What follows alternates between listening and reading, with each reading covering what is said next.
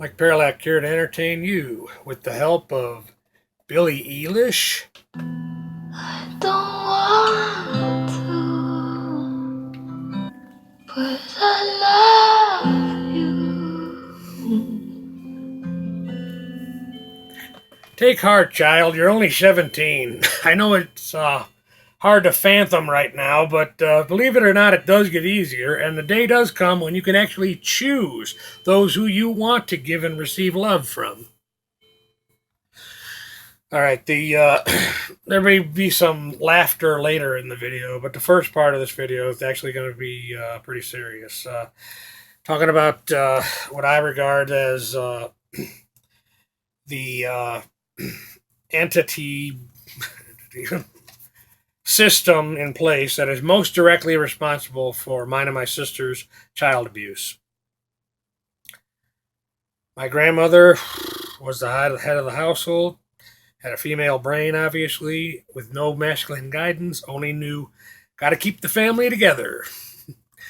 My grandfather was an immigrant, only happy to be alive and not a prisoner to the Nazi agenda. Much like I don't want to be a prisoner to the feminist feminazis. My grandfather worked his whole life in a factory until he died. When he retired, I honestly believe that was the first time in his life that he was actually alone with God and his thoughts in his own retirement. Be clear, it is the feminist doctrine and narrative and agenda in the modern world, not the movement itself. Believe it or not, feminism does have origins in equality and righteousness and all that. But certainly has nothing to do with that for at least the last 70 years or so. I can't say that my mother is accountable because knowing now what I know about female nature, about the lack of accountability in the female brain, my father not providing proper masculine guidance. My father's life was dominated by the feminist narrative. My grandmother, his mother, held all the money and all the cards. As I just said, my grandfather was an immigrant and just happy to not be a prisoner of the Nazis. I can't say that my grandmother is at fault because for all I know, she didn't have the proper masculine guidance. So what I do know would suggest otherwise. She owned property, as I believe I stated in past videos, which gave her one hell of a fortune in retirement, which she blew on bailing my father out of trouble. And I'm not going to hold my mother responsible. She did the best she could. I recall an argument her and I had in the years after the authorities took us away, and we lived in foster care for a while. And then eventually, when I was 13, 14, and I finally got to live with my mother, we had an argument once in the car, and the argument, from my point of view, she basically gave herself a divorce from the responsibility of abandoning us. And I remember, being a child, my confusion over that argument. Now I understand. No positive masculine guidance in her life, which is why I don't hold her responsible. Mom, if you're seeing this, I'm only acting out or expressing emotions from the past. It's stuff I've already come to terms with. You and I have an awesome relationship. For the record, I called my mom. And let her know I was going to make this video. The last thing I wanted was her to see this video and for it to stir up emotions, negative emotions in my mother. Oh my God, I was a bad mother. That's not what this is about. Male mind, accountability, lacking in the female mind. So, but as a kid, when we had this argument where my mother basically verbalized giving herself a divorce from the responsibility of abandoning us, as a kid, in my mind, I was like, okay, where do I go emotionally from here with the 6 years of my life enduring punches and kicks from a beta simp cuckold, male feminist, childlike loser, which is what my father is, poster child for all those things. YouTube, I'm going to keep those terms to a minimum. But I had to use it this one time because those words do accurately depict what my father is. And I would admit it's probably easier for me to forgive my mother, aside from the obvious. She at least has some kind of intelligence. Because in many ways, I'm also very much like my mother. But it's easier for me to forgive her also because if I don't forgive her, that means I am expecting her to do something that I know now, knowing about female nature now, that the female brain is incapable of being accountable without the benefit of masculine guidance. I'm not going to fight nature. My father's mother ruled their life. I remember conversations also having with my mother when I finally got to live with her. She would express to me just utter disgust with my father because she could never respect him. Every decision, whether it was in their relationship, household, he had to consort his mother. Is it any wonder she couldn't respect him? He wasn't providing that masculine guidance. But he was raised in a feminist dominated household. I also recall my mother would say, I thought the schools would be better, as far as why she gave up custody of myself and my sisters to our father, and which led to us having to live in hell for 6 years. And in retrospect, she was probably right on that point. The schools we went to, living with our father, probably were better than the schools we would have gone to had we lived with her. On that point, in retrospect, she is absolutely 100% correct. And I think it's testament to some sort of realization within her own mind, acknowledging her own limits and acting accordingly. Again, no positive masculine guidance in her life. As a man, I don't do well with soft language. I have to call it what it is. My mother abandoned myself and my sisters. Mom, for the record, I called my mom prior to making this video. So, again, accountability. For some reason, it comes natural in the male brain. Not so much in the female brain.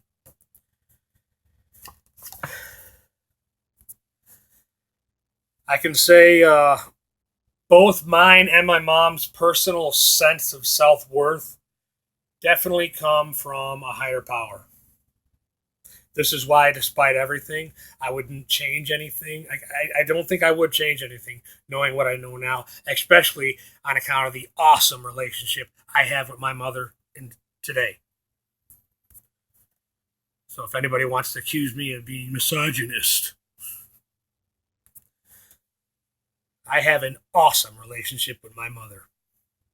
I can talk with my mother intelligently about pretty much anything. And even get some intellectual feedback. I would admit to having feelings of betrayal towards my grandmother, my father's mother. Especially coming to the personal revelation about the true goal of the feminist narrative and agenda. Hope that comes out right on the caption. When I say I feel a sense of betrayalment towards my grandmother, my father's mother, by which I mean it was her financial decisions in the household that decisions made by her that made way for the 6 years of hell and suffering by my sisters and myself. I haven't even gotten into greed's role and the Catholic Church role in the abuse my sisters and I endured for 6 years. But that'll have to be another video.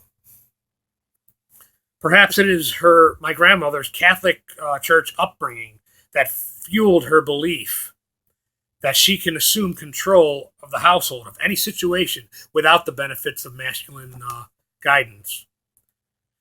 This also brings to mind what I, in the last Greek for decade, suspected about why a female whom lacks personal self-confidence would follow the Catholic Church teachings. a topic for another video. I struggled most of my life to articulate all of this, even just 20 years ago. And I think that will become apparent to the viewers of my channel going forward as I share more and more VHS footage. I'm actually working on a way to figure out how I can share some audio recordings in a way that would communicate that to the audience. So I got plans for this channel.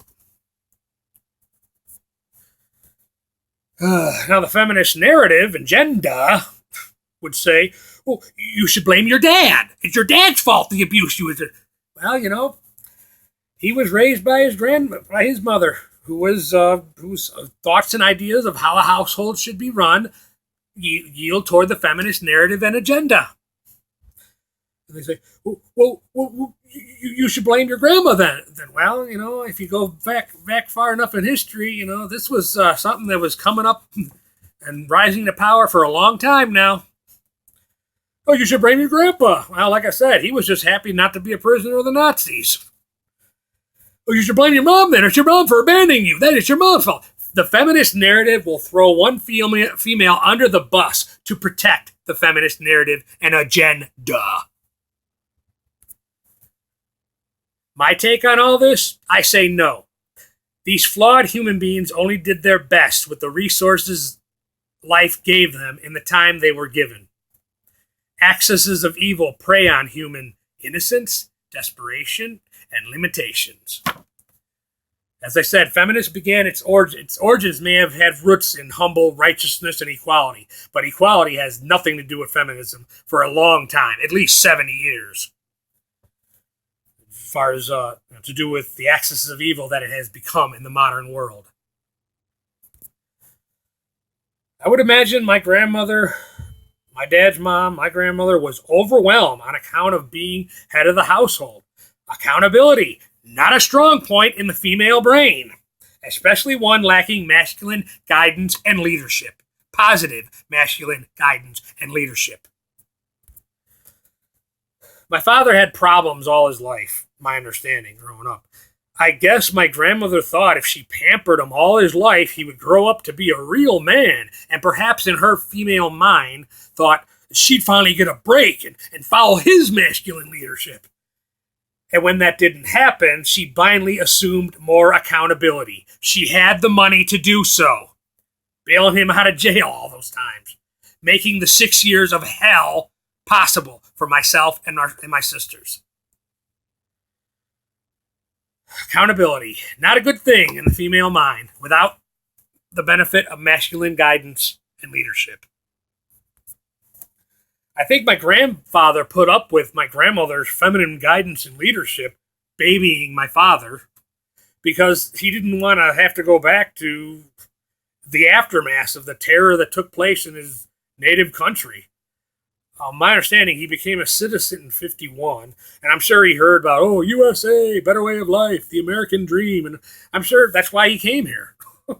No doubt in my mind.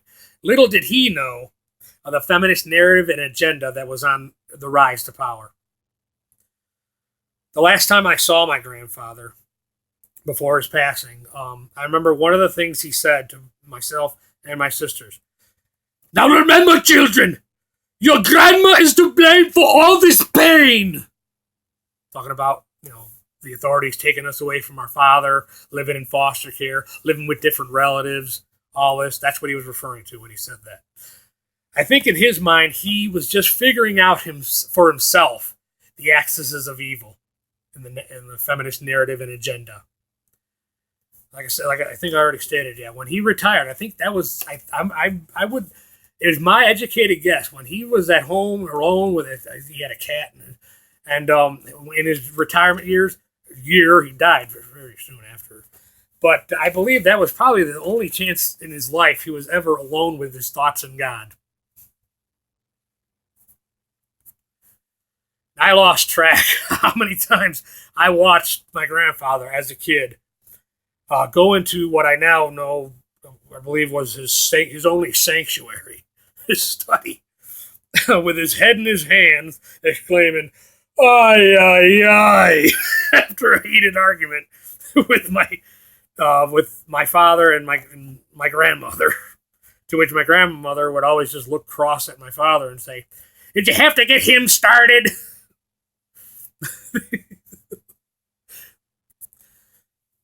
Probably a common argument that my child mind remembers having to listen to is my father always complaining to his mother about how he doesn't have a woman. Oh, I don't have a woman. I don't.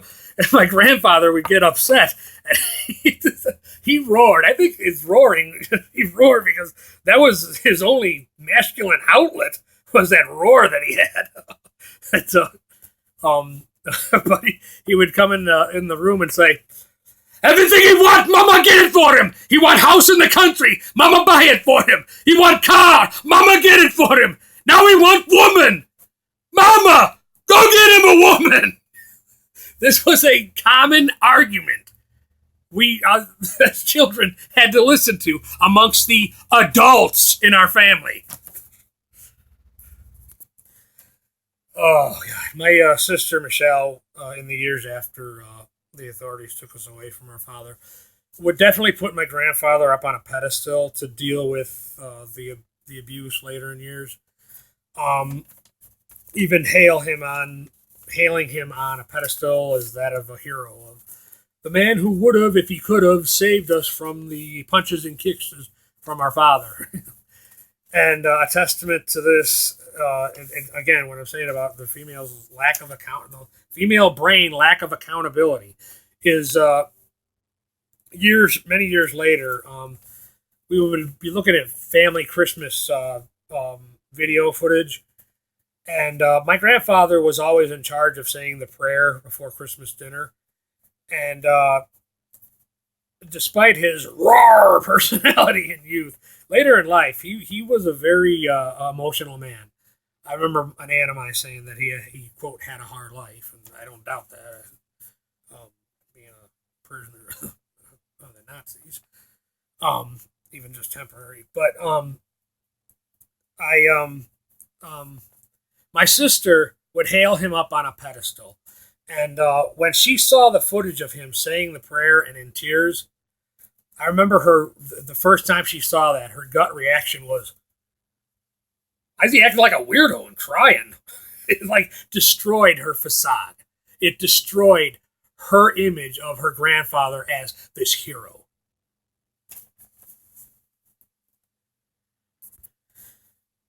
I'm far from done talking about this on this platform.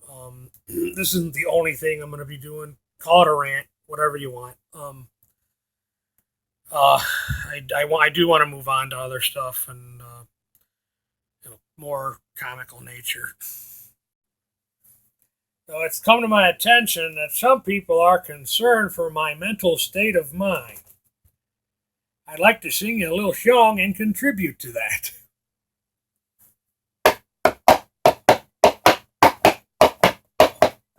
Remember when you ran away and I got on my knees and begged you not to leave because I'd go berserk? Well, you left me anyhow, and then the days got worse and worse, and now you see I've gone completely out of my mind. And they're coming to take me away. They're coming to take me away. Oh, hee hee. To the funny farm where life is beautiful all the time, and I'll be happy to see those nice young men in their clean white coats. They're coming to take me away.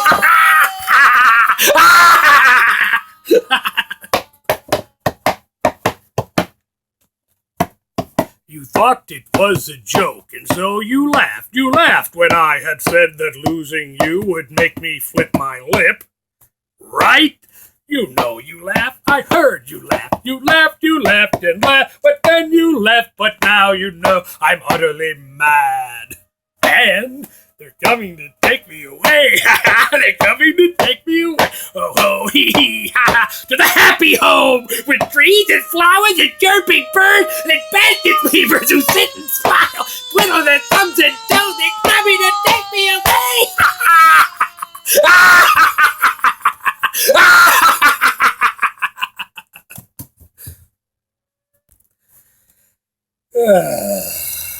Anywho, um, uh,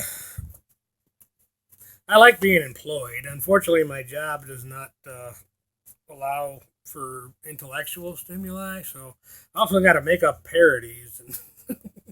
And being that Halloween's around the corners, they're coming to take me away, and Monster Mash, you're hearing that and all over and stuff. And I made up a parody out of boredom at work for the Monster Mash song, which aimed at ridiculing my father, which is basically a past would become a pastime for myself and my sister Michelle. Michelle and I remember more than my youngest sister Shannon, so that's why her and I relate to this when we do this to our father. So if nothing else, I know this will make my sister Michelle laugh. Little Polly was tossing his uncles a salad late in the night when he looked up and saw a wicked sight, for a specific part of his uncle's anatomy began to rise, and suddenly, to little Polly's surprise, he smacked his ass. He smacked his little ass, his hairy ass, and left him quite a red gash up on his ass. Little Polly took off like the Flash, grabbing his ass. His hairy little ass. That was for you, Michelle. In our defense, he's constantly giving us new material to use against him. Why, just recently, he was on the phone. He's asking me, oh, "Ringo's coming again. How are we gonna get the money to see Ringo? We gotta see Ringo. Ringo's coming again. We gotta get. How we go? Don't look at me. I got no damn money for concerts right now." He says, "But we gotta see Ringo. How are we gonna get the money to see Ringo?" I told him, "Okay." He's looking for some constructive guidance, so I told him, "Give your Uncle Wally a call." Find out A, if he's still alive, and B, if he's still a sexually vibrant man. You can make arrangements to perform services for him, like in the old days, and earn the money to see Ringo that way. That's just a sample of the stuff we made up about him over the years. I've only just begun with all the video and audio recordings. At some point, I'll have to show footage of my father and maybe edit out some of the more derogatorial things he says. All right, anybody still here? I guess the only appropriate thing to do now would be to end this one with I guess you'd call it a prayer. Thank you, God, for giving me parts of the equation in increments. In my human pride and ignorance, I always ask you to just tell me how it is. All of it. Give it to me straight, God. Straight up. But in my heart, I know if you did that, if I knew what you know, I would go what this reality, or certainly this society, would only conclude was insane. But I thank you again, God, for giving me the wisdom to know that society is flawed because it is created by a flawed species, human beings. That's why you knew to send the only one who could compensate for such flawedness. A couple weeks ago, I woke up with this thought being the first thought in my head. God is pure and limitless energy. And the concept of being at peace, I think most people assume that means, oh, you're at peace, you're at rest, you're at peace. Well, on the contrast, I'd say that the concept of being at peace may be being in constant motion. I learned that from a pastor. A female one, believe it or not. All right, I better end this one. I'm going to aim to make a few more videos this week. I have some footage I want to share pertaining to the DMC-12 DeLorean sports car. For the footage that represents the First and to date, only time in my life I was up close and personal with one. Uh, in conjunction with the release of that movie Driven, starring Jason Sudeikis from Saturday Night Live, played Jim Hoffman. Good movie. Not necessarily accurate 100%, but good movie. Thank you for watching.